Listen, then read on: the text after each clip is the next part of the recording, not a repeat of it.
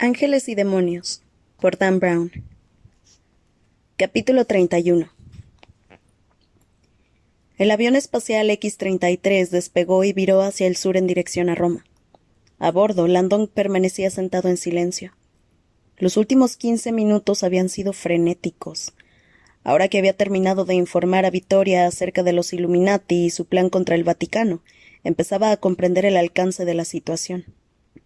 ¿Qué diablos estoy haciendo?, se preguntó. Debería haberme ido a casa cuando tenía la oportunidad. Sin embargo, en el fondo sabía que de hecho no había tenido ninguna oportunidad. Su buen juicio lo había instado a regresar a Boston. No obstante, el asombro académico había conseguido anular la prudencia. De repente todo lo que siempre había creído acerca de la desaparición de los Illuminati parecía no ser más que una mera farsa. Una parte de su ser necesitaba pruebas, una confirmación. Asimismo, se trataba de una cuestión de conciencia. Con Kohler enfermo y Vittoria sola, Landon creía que si sus conocimientos sobre los Illuminati podían ser de ayuda, tenía la obligación moral de estar allí. Había algo más.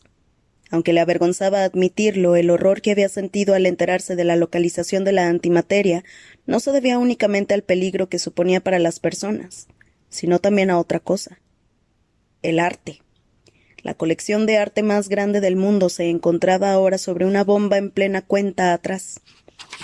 Los museos vaticanos alojaban más de 60.000 piezas de incalculable valor en 1.407 salas. Miguel Ángel, Leonardo, Bernini, Botticelli. Se preguntó si sería posible evacuar todo ese arte en caso de que fuera necesario. No obstante, sabía que era imposible. Muchas de las piezas eran esculturas que pesaban toneladas, por no hablar de los mayores tesoros arquitectónicos: la Capilla Sixtina, la Basílica de San Pedro, la famosa escalera de caracol de Miguel Ángel que conducía a los museos vaticanos, valiosísimos testamentos del genio creativo del hombre. Landon se preguntó cuánto tiempo debía de quedarle al contenedor. «Gracias por venir», dijo Vittoria en voz baja. Él despertó de la ensoñación y levantó la mirada. La joven estaba sentada al otro lado del pasillo. Incluso bajo la luz fluorescente de la cabina despedía un halo de compostura, una integridad casi magnética.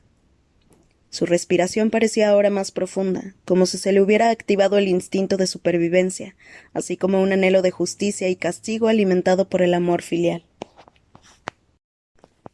Vittoria no había tenido tiempo de cambiarse de ropa y todavía iba con la camiseta sin mangas y los pantalones cortos, dejando a la vista sus bronceadas piernas. Tenía la carne de gallina a causa del frío que hacía dentro del avión. Instintivamente Landon se quitó la americana y se la ofreció. «¿Caballerosidad estadounidense?», preguntó ella, aceptándola con una silenciosa mirada de agradecimiento. El avión atravesó unas turbulencias y Landon sintió miedo.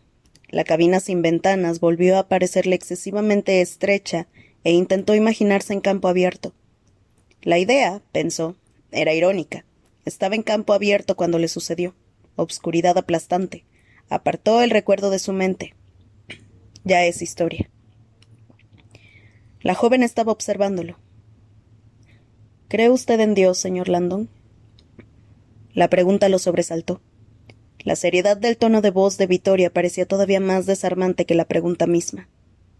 ¿Que si creo en Dios? Esperaba un tema de conversación más ligero durante el viaje. «Un enigma espiritual», pensó. «Así me llaman mis amigos». A pesar de haber estudiado religión durante años, Landon no era un hombre religioso. Respetaba el poder de la fe, la benevolencia de las iglesias, la fortaleza que la religión proporcionaba a tanta gente. Y sin embargo, la suspensión intelectual de la incredulidad, imperativa si uno realmente quería creer, siempre había supuesto un obstáculo demasiado grande para su mente académica.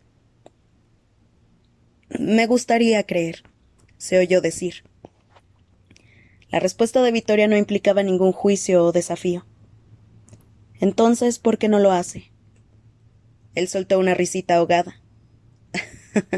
Bueno, no es tan fácil. Tener fe requiere actos de fe, la aceptación cerebral de milagros como inmaculadas concepciones e intervenciones divinas. Y luego están los códigos de conducta, la Biblia, el Corán, las escrituras budistas, todos contienen requisitos y castigos similares. Aseguran que si no vivo de acuerdo a un código específico, iré al infierno. Soy incapaz de concebir un Dios que actúe de ese modo.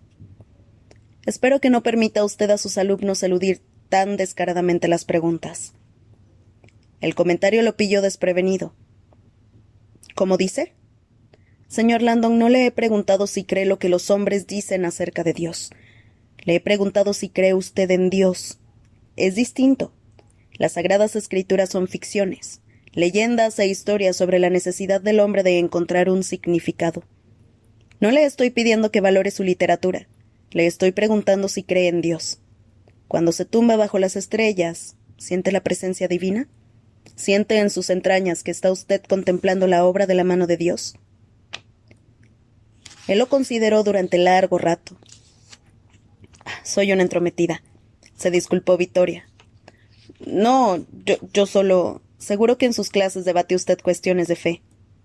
Constantemente. Y supongo que desempeña usted el papel de abogado del diablo, siempre alimentando el debate. Landon sonrió. ¿No será usted también profesora? No, pero aprendí de un maestro. Mi padre era capaz de sostener que una cinta de Mobius tenía dos caras. Él se rió y visualizó el ingenioso diseño de una cinta de Mobius, un anillo de papel retorcido que técnicamente solo posee una cara. Lo había visto por primera vez en una ilustración de M.C. Escher. ¿Puedo hacerle una pregunta, señorita Vetra? Llámame Victoria. Señorita Vetra me hace sentir mayor. Él suspiró para sí, repentinamente consciente de su propia edad. Victoria, yo soy Robert. ¿Tenías una pregunta? Sí. Como científica e hija de un sacerdote católico, ¿qué opinas tú de la religión? Ella guardó silencio un instante y se apartó un mechón de cabello de los ojos.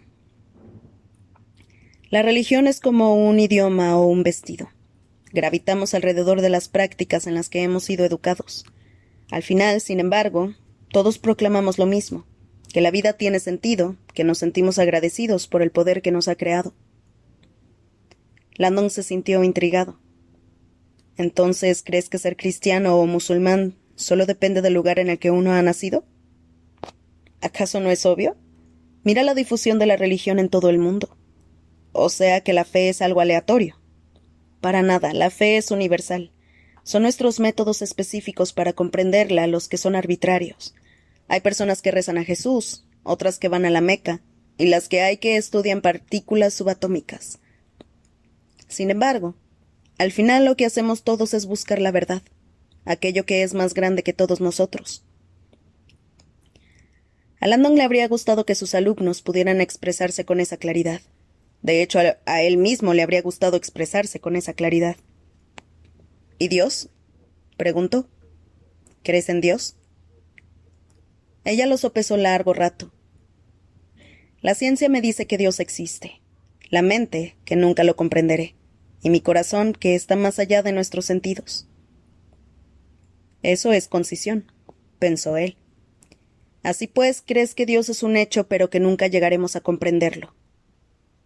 Comprenderla, dijo Victoria con una sonrisa. Los nativos norteamericanos ya lo decían bien. Landon soltó una risita ahogada.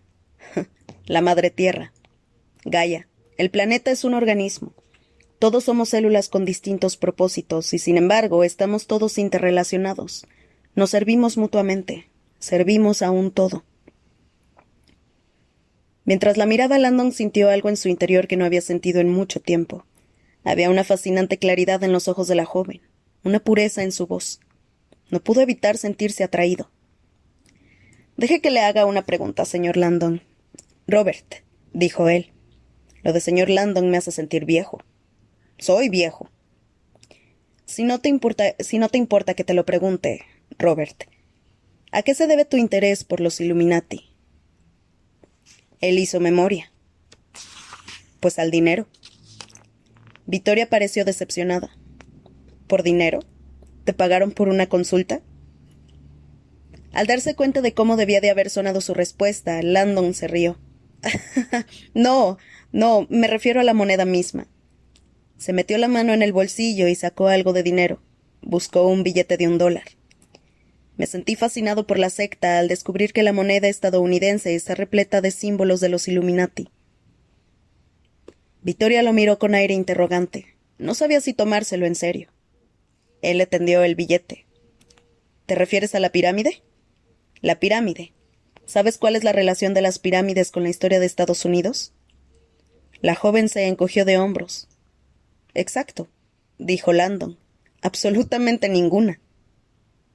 Victoria frunció el entrecejo. Entonces, ¿por qué es el símbolo central de su gran sello? Oh, es una historia fascinante, comentó él. La pirámide es un símbolo oculto que representa una convergencia ascendente hacia la fuente de iluminación.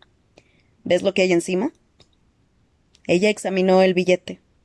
Un ojo dentro de un triángulo. Se llama trinacria. ¿Habías visto alguna vez ese ojo en un triángulo antes? Victoria se quedó un momento callada.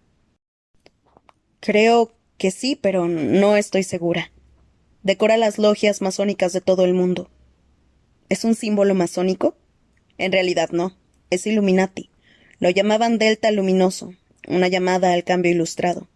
El ojo significa la capacidad de los Illuminati para infiltrarse en todas partes y ver todas las cosas. El triángulo brillante representa la iluminación.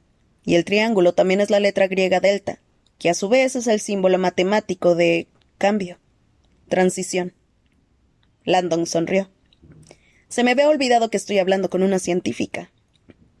¿Estás diciendo que el gran sello de Estados Unidos es una llamada al cambio ilustrado? Algunos lo llamarían nuevo orden mundial. Victoria se sobresaltó. Volvió a mirar el billete. Debajo de la pirámide pone Novus Ordo. Novus Ordo Seclorum, dijo él. Significa nuevo orden seglar. ¿Seglar por no religioso? Así es. Esa frase no solo deja bien en claro cuál es el objetivo de los Illuminati, sino que también contradice manifiestamente la que se lee al lado. En Dios confiamos. Victoria parecía preocupado. ¿Cómo puede toda esa simbología haber terminado en la moneda más poderosa del mundo? La mayoría de los académicos creen que fue a través del vicepresidente Henry Wallace. Era un masón de grado superior y sin duda tenía vínculos con los Illuminati. Nadie sabía a ciencia cierta si era miembro o si simplemente estaba bajo su influencia, pero fue él quien le presentó al presidente el diseño del gran sello. ¿Qué? ¿Y cómo es que el presidente estuvo de acuerdo en... El presidente era Franklin Roosevelt. Wallace le dijo que Novus Ordo Seclorum quería decir New Deal. Victoria se mostró escéptica. ¿Y Roosevelt no hizo que nadie más echara un vistazo al sello antes de ordenar al Tesoro que lo imprimieran? No hacía falta. Él y Wallace eran como hermanos. ¿Hermanos? Revisa los libros de historia, dijo Landon con una sonrisa. Franklin D. Roosevelt era un conocido masón. Capítulo 32. Landon contuvo la respiración cuando el X-33 se dispuso a aterrizar en el Aeropuerto Internacional Leonardo da Vinci. Victoria iba sentada a su lado con los ojos cerrados, como si pretendiera controlar mentalmente la situación. El aparato tomó tierra y luego rodó por la pista hasta llegar a un hangar privado. Lamento la lentitud del vuelo, se disculpó el piloto al salir de la cabina. He tenido que aminorar la marcha por las regulaciones de ruido sobre zonas habitadas. Landon consultó su reloj. Habían estado en el aire apenas 37 minutos. ¿Alguno de ustedes puede decirme qué está pasando?, dijo el piloto al tiempo que abría la puerta exterior. Ni Victoria ni Landon contestaron. Está bien, añadió desperezándose. Me quedaré en la cabina con el aire acondicionado y con mi música, a solas con Garth.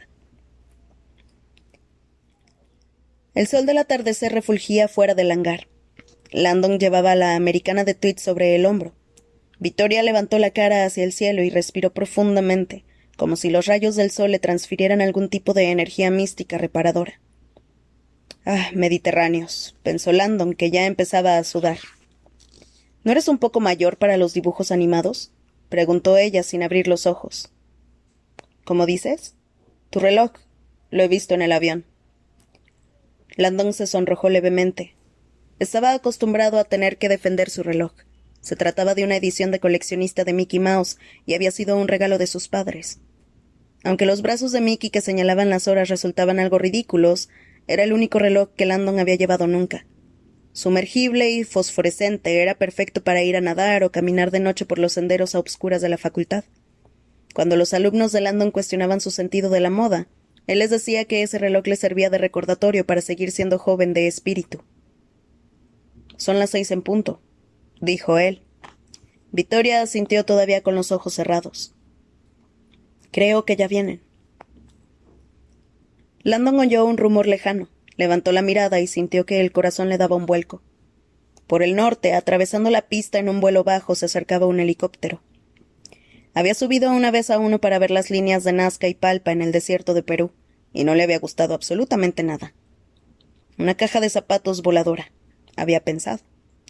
Tras pasarse la mañana en el avión espacial, esperaba que el Vaticano enviara un coche. Pero al parecer, no había sido así.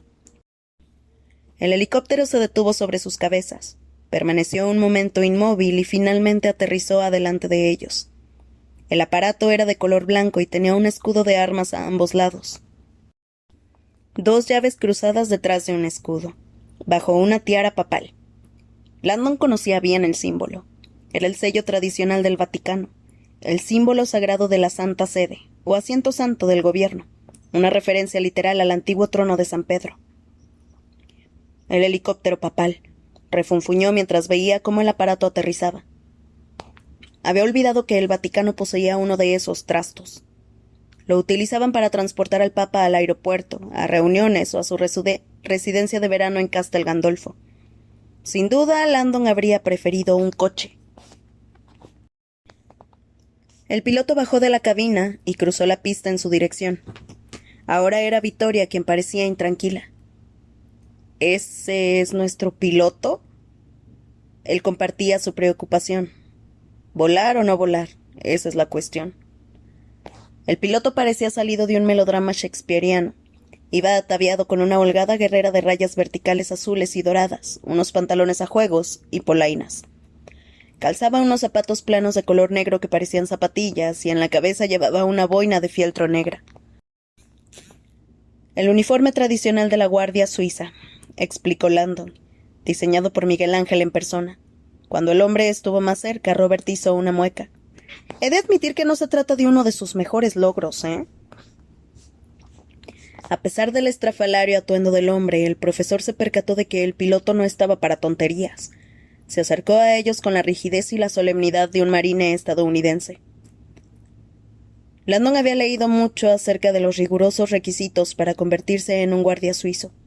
Reclutados de uno de los 4 cantones católicos de Suiza, los candidatos tenían que ser varones nacidos en el país de entre 19 y 30 años, medir como mínimo 1,70 m, haber sido entrenados en el ejército suizo y estar solteros.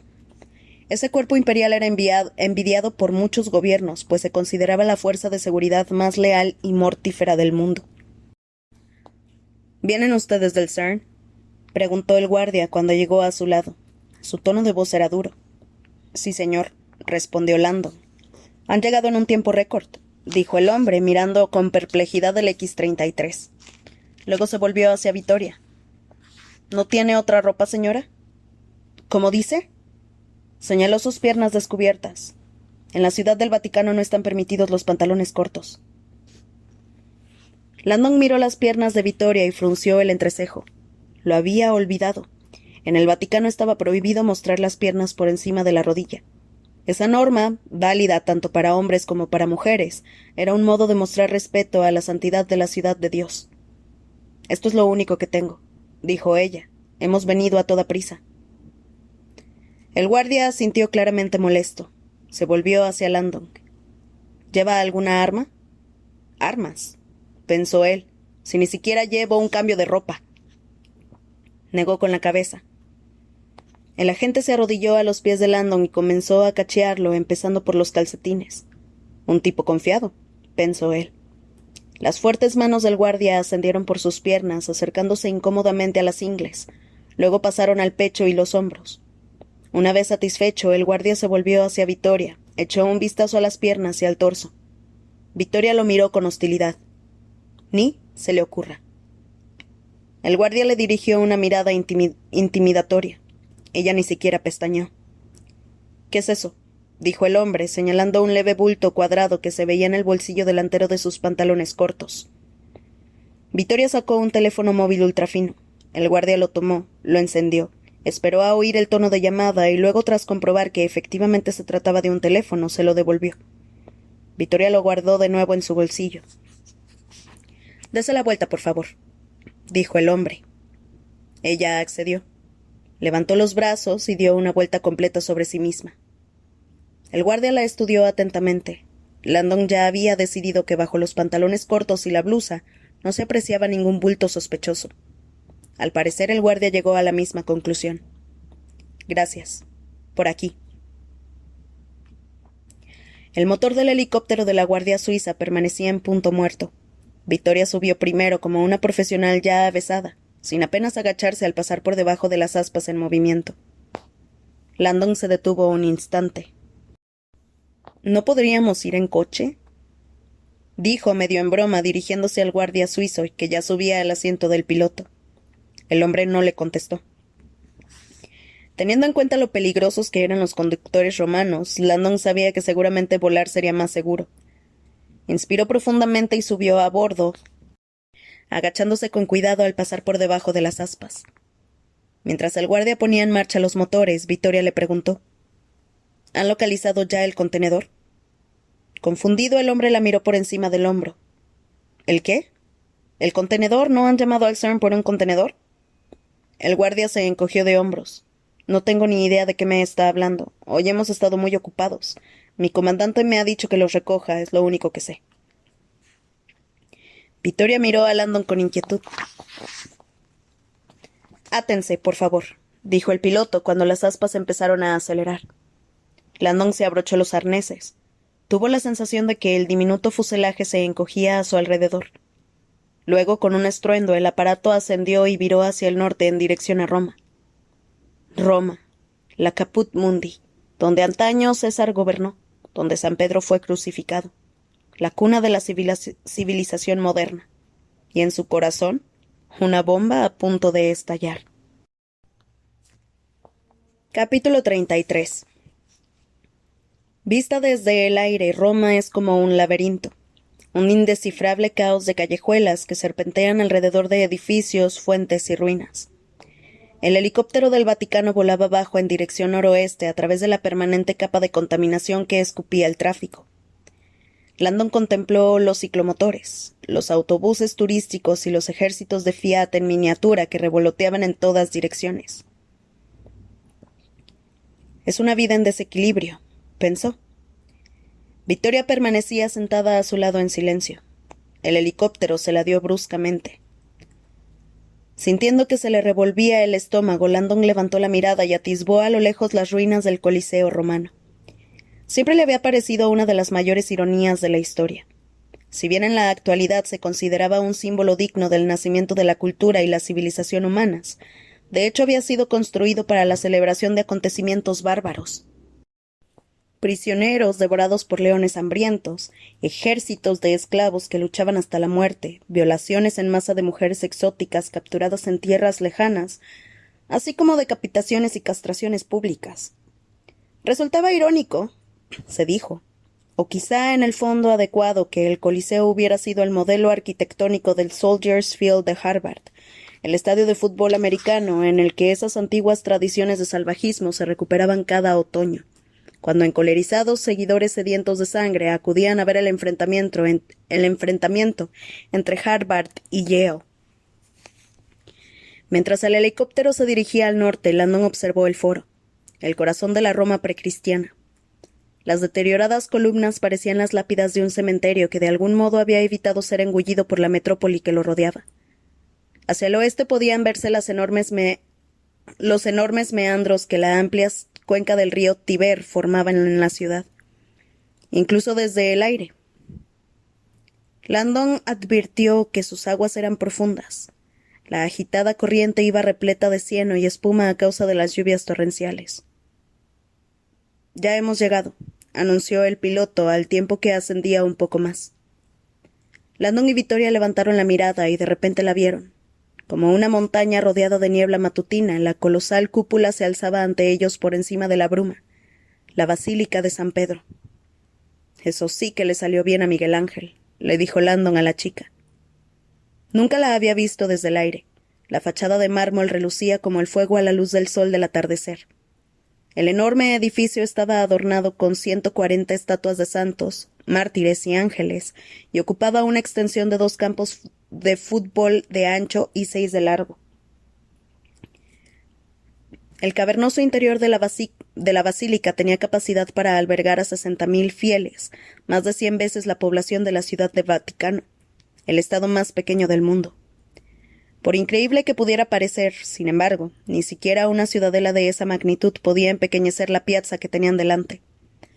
La gran extensión de granito de la plaza de San Pedro se abría en medio de la congestión de Roma como una especie de Central Park de la época clásica. Frente a la basílica, flanqueando el vasto óvalo, 284 columnas se alzaban majestuosamente en 4 arcos concéntricos de tamaño decreciente. Un trampantojo arquitectónico que aumentaba la sensación de grandeza que provocaba la piazza. Mientras contemplaba el magnífico santuario que tenía delante, Landon se preguntó qué habría pensado San Pedro si hubiese estado allí ahora. El santo había sufrido una muerte terrible, crucificado boca abajo en ese mismo lugar. Ahora descansaba en la más sagrada de las tumbas, enterrada 5 pisos bajo tierra, justo debajo de la cúpula central de la basílica. La ciudad del Vaticano, anunció el piloto con un tono de voz no especialmente halagüeño. Landon observó los altos bastiones de piedra que se alzaban ante él, impenetrables, fortificaciones que rodeaban el complejo. Se trataba de una defensa extrañamente terrenal para un espiritual mundo de secretos, poder y misterio. —¡Mira! —exclamó de repente Victoria, aferrándose a su brazo e indicándole frenéticamente la plaza de San Pedro, que ahora estaba justo debajo de ellos. Landon pegó la cara a la ventanilla. —Ahí —dijo ella, señalando un punto. Él echó un vistazo. La parte trasera de la piazza estaba ocupada por una docena o más de camiones. Parecía un aparcamiento. Sobre el techo de cada uno enormes antenas parabólicas apuntaban al cielo. En las antenas podían leerse nombres familiares: Europe News, RaiSat, BBC, United Press International. De repente Landon se sintió confundido y se preguntó si la noticia de la antimateria se había filtrado. Victoria se puso tensa. ¿Por qué están aquí los medios? ¿Qué sucede? El piloto se volvió y le dirigió una mirada de extrañeza por encima del hombro. ¿Qué sucede? ¿Es que no lo saben? No, respondió ella con un tono ronco y fuerte. El cónclave, dijo él, dará comienzo dentro de 1 hora. Todo el mundo está pendiente. El cónclave. La palabra resonó largo rato en los oídos de Landon mientras sentía que se le formaba un nudo en el estómago. El cónclave. El cónclave vaticano. ¿Cómo podía haberlo olvidado? Había sido noticia hace poco. El Papa había fallecido 15 días antes tras un pontificado de 12 años enormemente popular. Los periódicos del mundo entero habían publicado la noticia del ataque que el Papa había sufrido mientras dormía. Una muerte repentina e inesperada que a muchos les pareció sospechosa. Ahora, siguiendo con la sagrada tradición 15 días después de la muerte del pontífice, el Vaticano celebraba el conclave, la ceremonia sagrada en la que 165 cardenales de todo el mundo, los hombres más poderosos de la cristiandad, se reunían en el Vaticano para elegir al nuevo Papa. Los cardenales del mundo entero están hoy aquí, pensó Landon mientras el helicóptero sobrevolaba la Basílica de San Pedro. El vasto mundo interior de la ciudad del Vaticano se extendía ante él. Toda la estructura de poder de la Iglesia Católica Romana se encuentra sobre una bomba a punto de estallar. Capítulo 34. El cardenal Mortati levantó la mirada hacia el espléndido techo de la Capilla Sixtina e intentó tomarse un momento para reflexionar con tranquilidad. En las paredes resonaban las voces de los cardenales de todo el mundo. Los hombres se agolpaban en el tabernáculo iluminado con velas, susurrando con emoción y consultándose entre sí en numerosos idiomas, mayormente inglés, italiano y español. Por lo general, la iluminación de la capilla era sublime. Largos y coloreados rayos de sol atravesaban la obscuridad como provenientes del mismo cielo. Pero hoy no. Tal y como marcaba la tradición, todas las ventanas de la capilla habían sido cubiertas con terciopelo negro para asegurar el secretismo. Eso impedía que nadie recibiera señales o se comunicara en modo alguno con el mundo exterior. El resultado era una profunda obscuridad iluminada únicamente por velas, un titilante resplandor que parecía purificar a todo el que tocaba, confiriéndole una apariencia fantasmal, como de santo. ¡Qué privilegio!, pensó Mortati, poder supervisar este acontecimiento sagrado.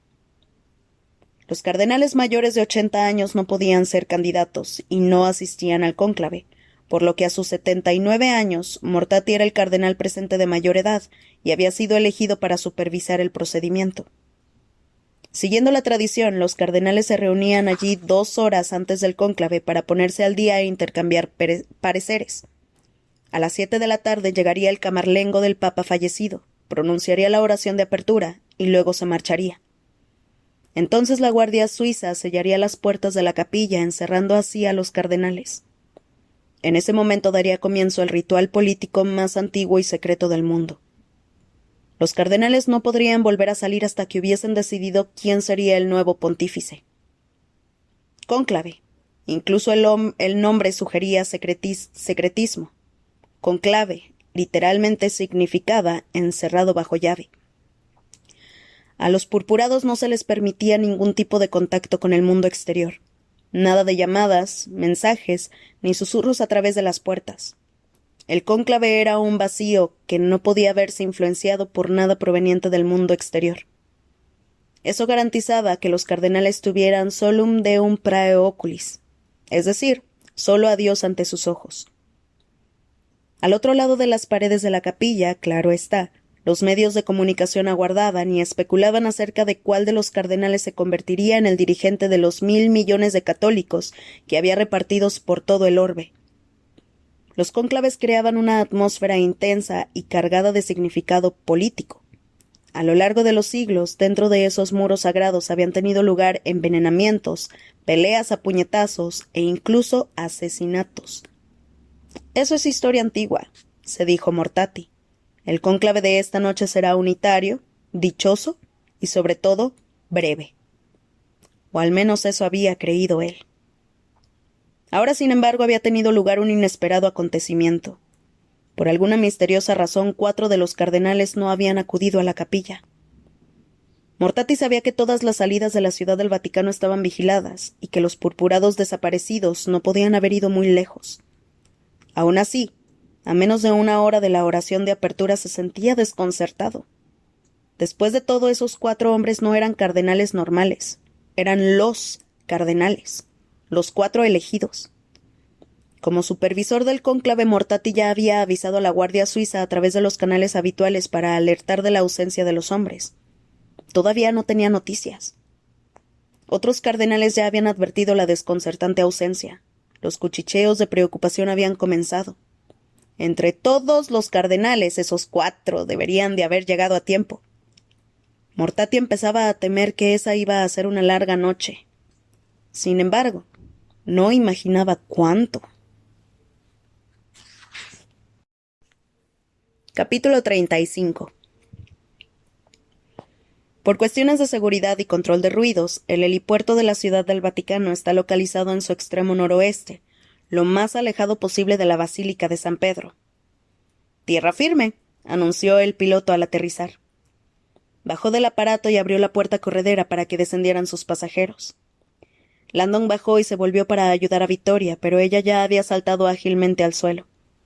Todos los músculos de su cuerpo parecían obedecer un único objetivo: encontrar la antimateria antes de que dejara un terrible legado. Tras extender una lona protectora sobre el parabrisas, el piloto los condujo hasta un carrito de golf eléctrico que había allí cerca. El vehículo los transportó silenciosamente a lo largo de la frontera oeste. Un baluarte de cemento de 15 metros de altura, lo suficientemente grueso para resistir las embestidas de un tanque. Siguiendo el interior de la muralla, apostados a intervalos de 50 metros, guardias suizos vigilaban el lugar. El carrito giró a la izquierda al llegar a la vía del observatorio. Los letreros señalaban en todas direcciones: Palazzo del Gobernatorato, Colegio Etiópico, Basílica di San Pietro, Capella Sistina. Aceleraron y pasaron por delante de un edificio achaparrado en el que se podía leer Radio Vaticana. Asombrado, Landon se dio cuenta de que se trataba del centro emisor de la programación radiofónica más escuchada del mundo, que llevaba la palabra de Dios a millones de oyentes de todo el mundo. «Atenzione», les advirtió el piloto antes de girar bruscamente en una rotonda. Cuando el carrito dio la vuelta, Landon apenas pudo creer lo que de repente vieron sus ojos. «Giardini Vaticani», pensó, el corazón de la ciudad del Vaticano. Enfrente se alzaba la parte posterior de la Basílica de San Pedro. Algo, se dijo, que poca gente llegaba a ver.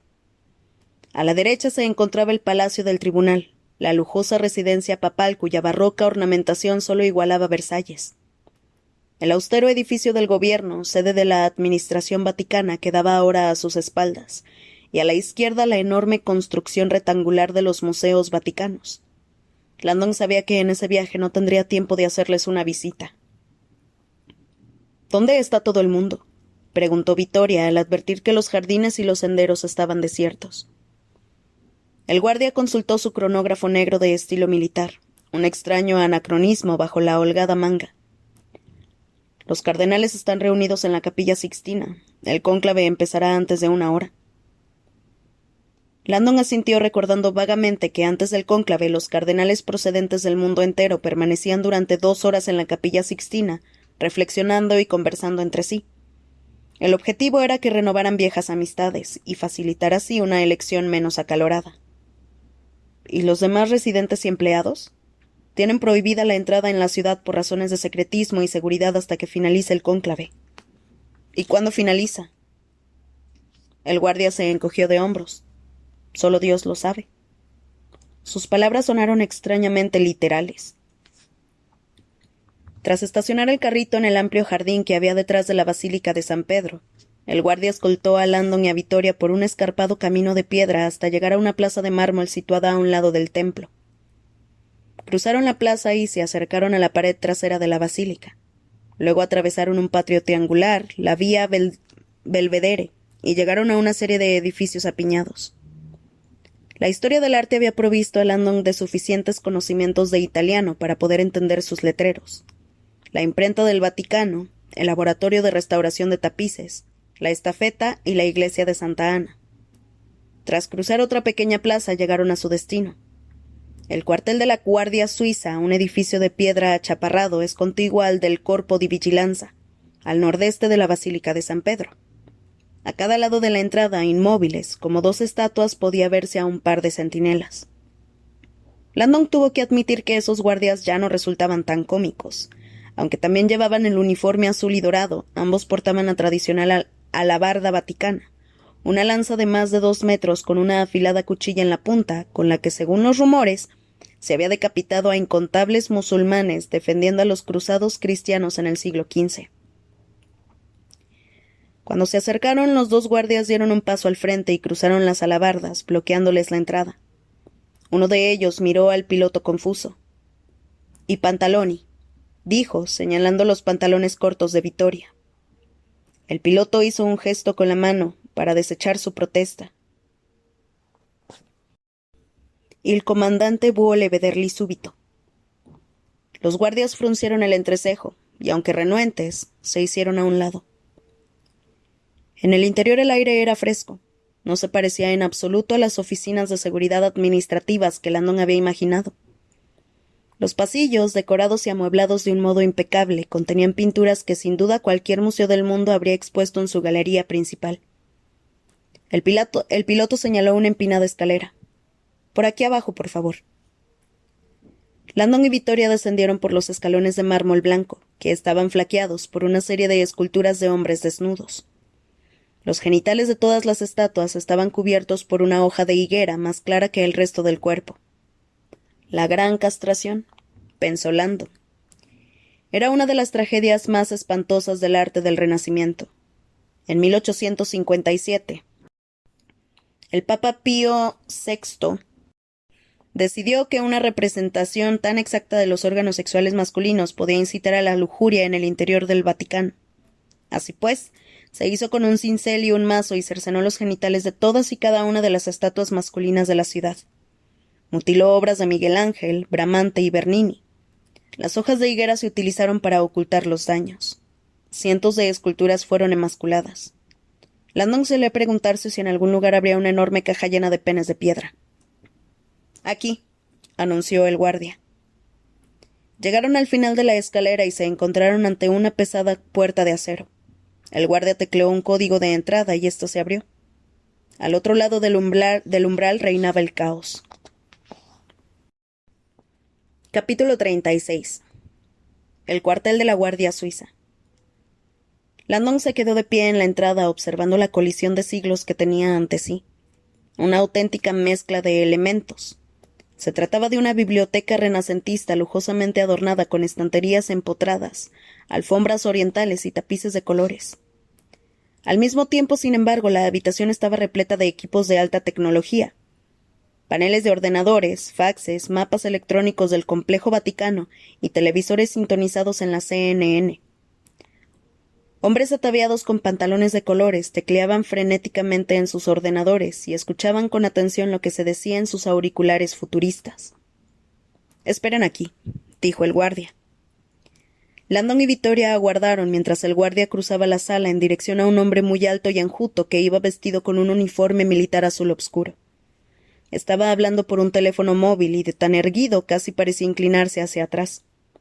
El guardia le dijo algo y el hombre alzó una mirada a Landon y a Victoria. Asintió y volvió a darles la espalda para seguir hablando por el teléfono. El guardia regresó entonces junto a ellos. «El comandante Olivetti estará con ustedes enseguida». «Gracias». El guardia se marchó de vuelta a la escalera. Landon estudió a Olivetti desde el otro lado de la sala y se dio cuenta de que se trataba del comandante en jefe de las Fuerzas Armadas del país. Victoria y él permanecieron a la espera, observando el bullicio que tenía lugar a su alrededor. Guardias de brillante uniforme iban de un lado a otro gritando órdenes en italiano. «Continuate a cercare», exclamó uno por teléfono. «Avete controllato nei musei?», preguntó otro. Landon no necesitaba demasiados conocimientos de italiano para adivinar que todos en el centro de búsqueda estaban volcados en la intensa búsqueda. Esa era una buena noticia. La mala era que no parecían haber encontrado aún nada. «¿Estás bien?», le preguntó a Victoria. Ella se encogió de hombros y le ofreció una sonrisa cansada. Finalmente el comandante terminó su llamada, y al cruzar la sala hacia ellos tuvieron la impresión de que crecía a cada paso. Landon era alto y no estaba acostumbrado a levantar la mirada ante mucha gente, pero la estatura del comandante Olivetti ciertamente lo exigía. Al ver de cerca su rostro sano y acerado, el profesor advirtió de inmediato que se trataba de un hombre curtido en 1000 batallas. Llevaba el cabello obscuro cortado a cepillo, y en sus ojos ardía la endurecida determinación de años de intenso entrenamiento. Se movía con rígida exactitud, y el discreto audífono que llevaba oculto detrás de una oreja lo hacía parecer más un miembro del Servicio Secreto de Estados Unidos que de la Guardia Suiza. Olivetti se dirigió a ellos en un inglés con fuerte acento. Su tono de voz era sorprendentemente bajo para un hombre de su estatura, apenas un susurro, pero se expresaba con eficiencia militar. «Buenas tardes», saludó.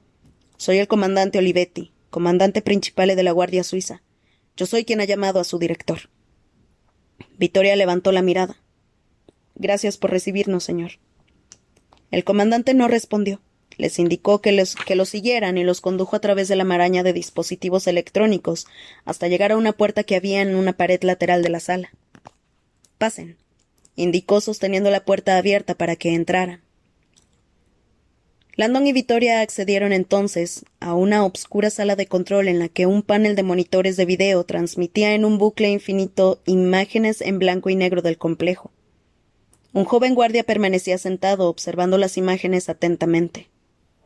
«Può andare», dijo Olivetti. El guardia recogió sus cosas y se marchó. El comandante se acercó a una de las pantallas y la señaló. Luego se volvió hacia sus invitados.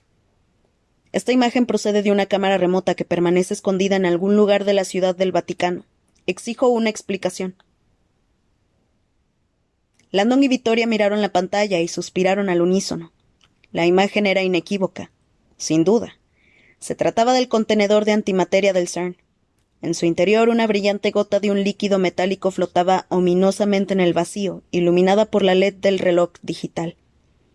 Curiosamente, la zona en la que se encontraba el contenedor estaba casi por completo a obscuras, como si la antimateria se hallara en un armario o en una habitación cerrada. En la parte superior del monitor parpadeaba un texto sobreimpreso. Emisión en directo, cámara 86. Victoria miró el tiempo restante en el parpadeante indicador del contenedor. Menos de 6 horas. Le susurró a Landon con el rostro tenso. Él consultó su reloj. O sea que tenemos hasta...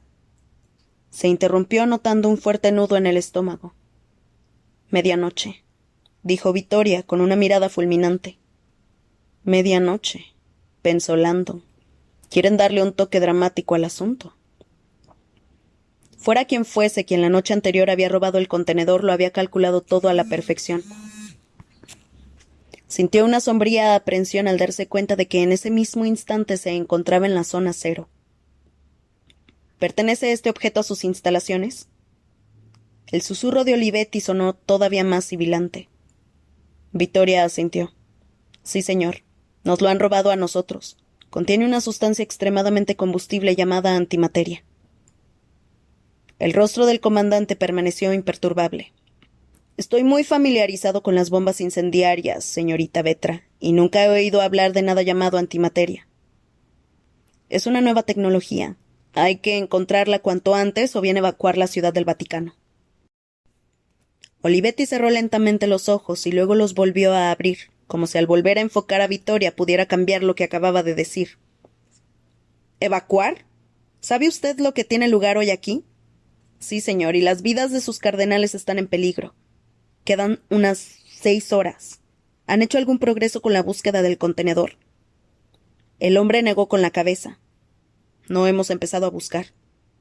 Victoria se atragantó. ¿Cómo? Pero si hemos oído a sus guardias hablar acerca de la búsqueda. Están buscando algo, sí, asintió Olivetti, pero no su contenedor. Mis hombres andan detrás de otra cosa que a usted no le concierne. ¿Ni siquiera han empezado a buscar el contenedor? A Victoria se le quebró la voz. Las pupilas del comandante parecieron hundirse todavía más. La suya era la mirada desapasionada de un insecto. Señorita Vetra, deje que le explique algo. El director de sus instalaciones se negó a revelarme por teléfono ningún detalle sobre ese objeto. Solo me dijo que debía encontrarlo cuanto antes. Ahora mismo estamos extremadamente ocupados y no puedo permitirme el lujo de destinar hombres a su búsqueda hasta que sepa algo más al respecto. En este momento solo hay un detalle relevante, señor, repuso ella, y es que dentro de 6 horas ese artilugio va a volatizar todo este complejo. Olivetti permanecía inmóvil. Señorita Vetra, hay algo que debe saber. Su tono de voz tenía un punto condescendiente. A pesar de la arcaica apariencia de la Ciudad del Vaticano, todas sus entradas, tanto las públicas como las privadas, están equipadas con los sistemas de detección más avanzados que se conocen. Si alguien intentara entrar con algún tipo de bomba incendiaria, la hallaríamos de inmediato. Contamos con escáneres de isótopos radiactivos, filtros olfativos diseñados por la DEA estadounidense para detectar la más tenue huella química de combustibles y toxinas. También utilizamos los detectores de metales y escáneres de rayos X más avanzados que existen. Impresionante, dijo Victoria, empleando el mismo tono impasible que Olivetti. Lamentablemente, la antimateria no es radiactiva. Su huella química es la del hidrógeno puro, y el contenedor es de plástico. Ninguno de sus aparatos podría detectarla. Pero el artilugio dispone de una fuente de energía, dijo Olivetti, señalando el LED parpadeante. El más mínimo rastro de níquel-cadmio sería registrado por las baterías también son de plástico. Al comandante se le estaba empezando a agotar la paciencia. ¿Baterías de plástico? Electrolito de gel de polímero con teflón. Olivetti se inclinó hacia ella como queriendo acentuar la diferencia de estatura. Signorina, El Vaticano recibe docenas de amenazas de bombas todos los meses. Yo mismo he instruido a cada uno de los guardias suizos acerca de la tecnología de los explosivos modernos. Sé perfectamente que no existe en la Tierra una sustancia lo bastante poderosa para hacer lo que ha descrito, a no ser que esté hablando de una cabeza nuclear con un núcleo de combustible del tamaño de una pelota de béisbol. La joven se le quedó mirando fijamente. La naturaleza todavía tiene muchos misterios por desvelar. Olivetti se acercó todavía más a ella. ¿Puedo preguntarle quién es usted exactamente y cuál es su cargo en el CERN? Soy miembro del personal de investigación y el enlace con el Vaticano para esta crisis. Perdone el atrevimiento, pero si esto es una crisis de verdad, ¿por qué estoy hablando con usted y no con su director? ¿Y cómo se le ocurre presentarse en el Vaticano con pantalones cortos? ¿Acaso no sabe que es una falta de respeto? Landon dejó escapar un gruñido. No podía creer que en esas circunstancias el hombre se mostrara quisquilloso con el código de vestimenta.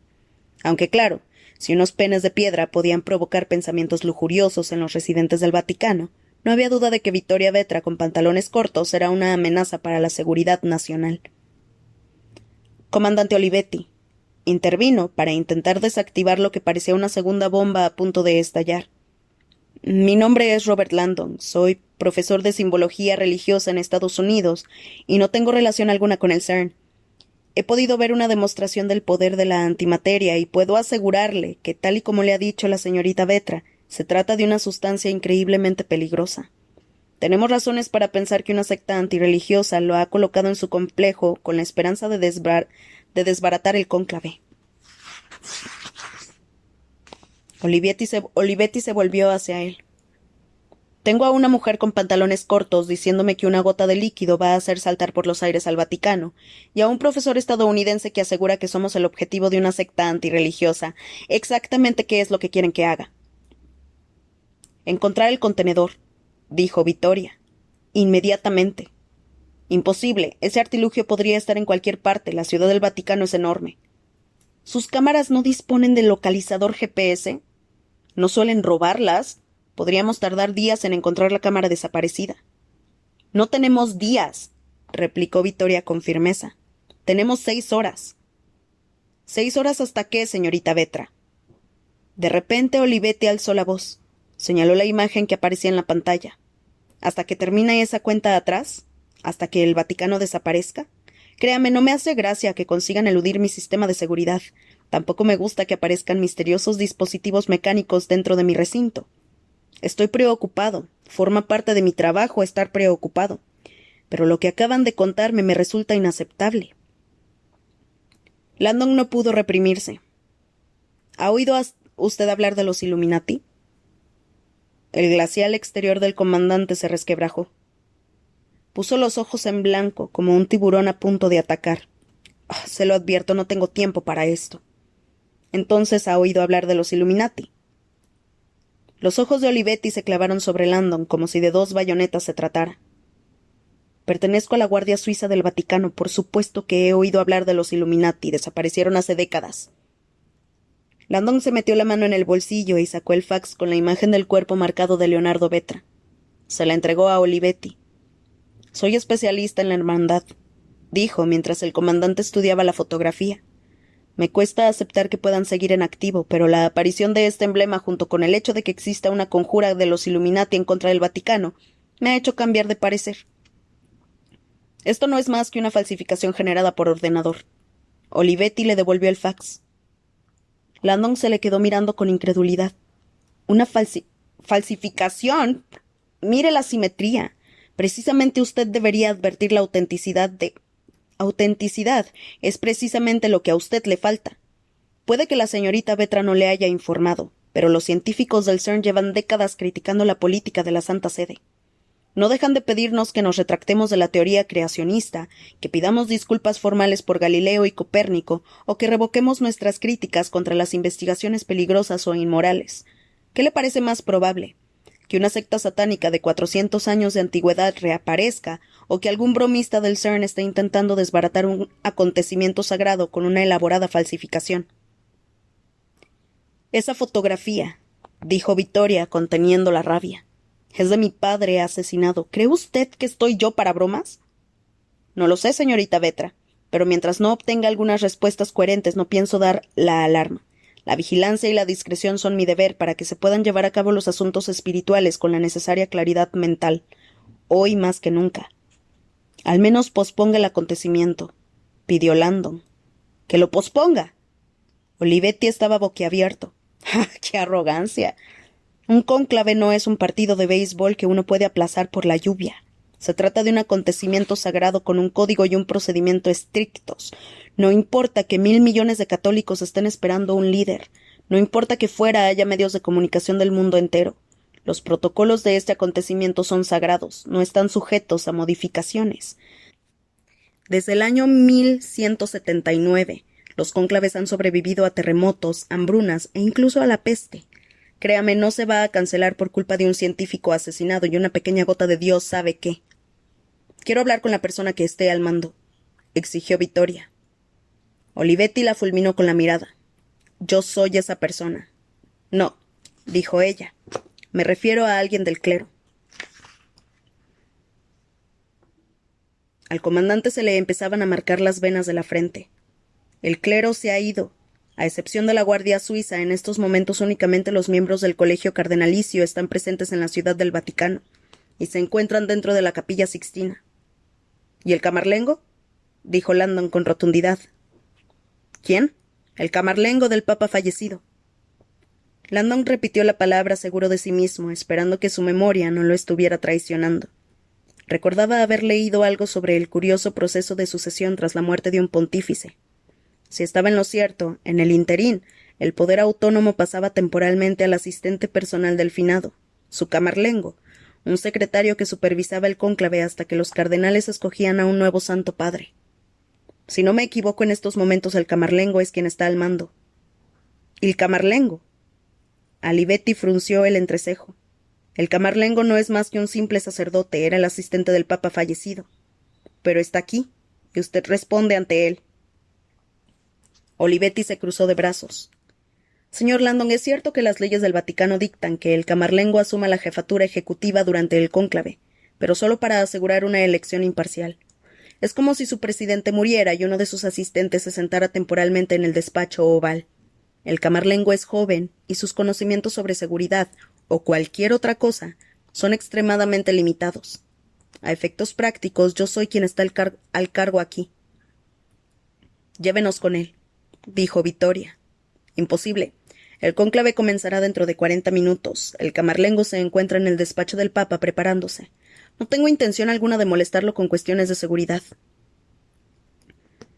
Vittoria abrió la boca para responder, pero en ese instante llamaron a la puerta. Olivetti fue a abrir.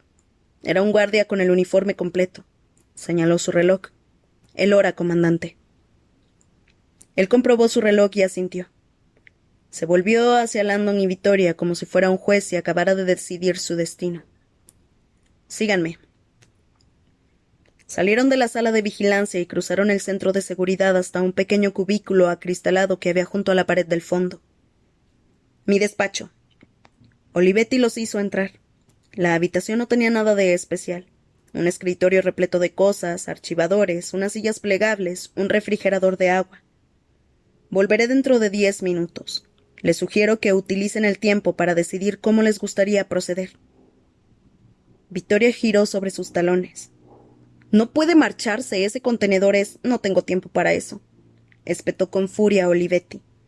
Quizá debería retenerlos aquí hasta que pase el cónclave, cuando sí tenga tiempo. Signore, insistió el guardia, señalando de nuevo su reloj. Bisogna pasare la capella. Olivetti asintió y se dispuso a salir. ¿Es pasar en la capela? Preguntó Vittoria. ¿Se marcha para barrer la capilla? El comandante se volvió y le clavó la mirada. Barremos la capilla en busca de artilugios electrónicos, señorita Vetra, es una cuestión de discreción. Señaló sus piernas con un ademán. No espero que usted lo comprenda. A continuación cerró de un portazo, haciendo temblar el grueso cristal del cubículo. Con un ágil movimiento sacó una llave, la introdujo en la cerradura y la hizo girar. Un pesado cerrojo se deslizó. ¡Idiota! Gritó Vittoria. No puede dejarnos aquí dentro. A través del cristal, Landon vio que Olivetti le decía algo al guardia y éste asentía. En cuanto el comandante salió de la sala, el guardia dio media vuelta y se les quedó mirando desde el otro lado del cristal, con los brazos cruzados y una pistola enorme al cinto. «Genial», pensó Landon. «¿Y ahora qué?».